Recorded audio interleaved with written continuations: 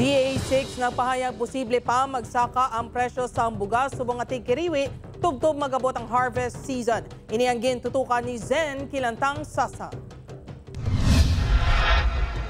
Ginalantaw sang Department of Agriculture 6 nga magsaka pa ang presyo sang bugas subong nga lean months o kontig kiriwi. Bangod 3 pa ka bulan ang hulaton antes mag-abot ang ani. Sunod sa DA, 1 ka bulan nga atrasado ang planting season tungod sa El Nino. Sa subong halos tanan ang nakatanom na sang humay kag sa katapusan sang Setyembre o kun una nga semana sa Oktubre maumpisa ang pag-ani sang palay.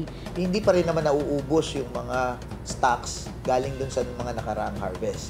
Kaya lang, dahil nga principle of supply and demand, itong mga buwan na ito, yung medyo mas mataas historically yung presyo.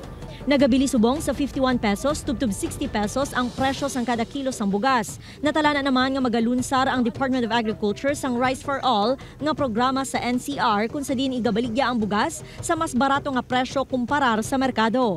Ang presyo sini ang yara sa 45 pesos tubtob 48 pesos per kilo.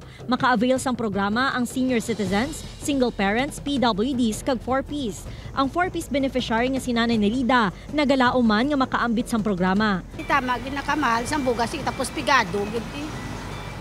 Para mas sa mga pigado nga pamuluyo, isang Iloilo nga makaabil sa tag 40 plus na nga bugas. Sa subong, wala pa sang guidelines ang DA angot diri. Ang programa ang ginakabig naman sang Iloilo Provincial Agriculture Office nga bentaha kung pananglitan makalabot na diri sa Iloilo. If that would be the case, it's a welcome development. Kaya kay kami nag-work out man kami kung paano na po na improve atong rice production program. Upod kay Cirilo Randuque, Zen Kilantang Sasa, One Western Visayas.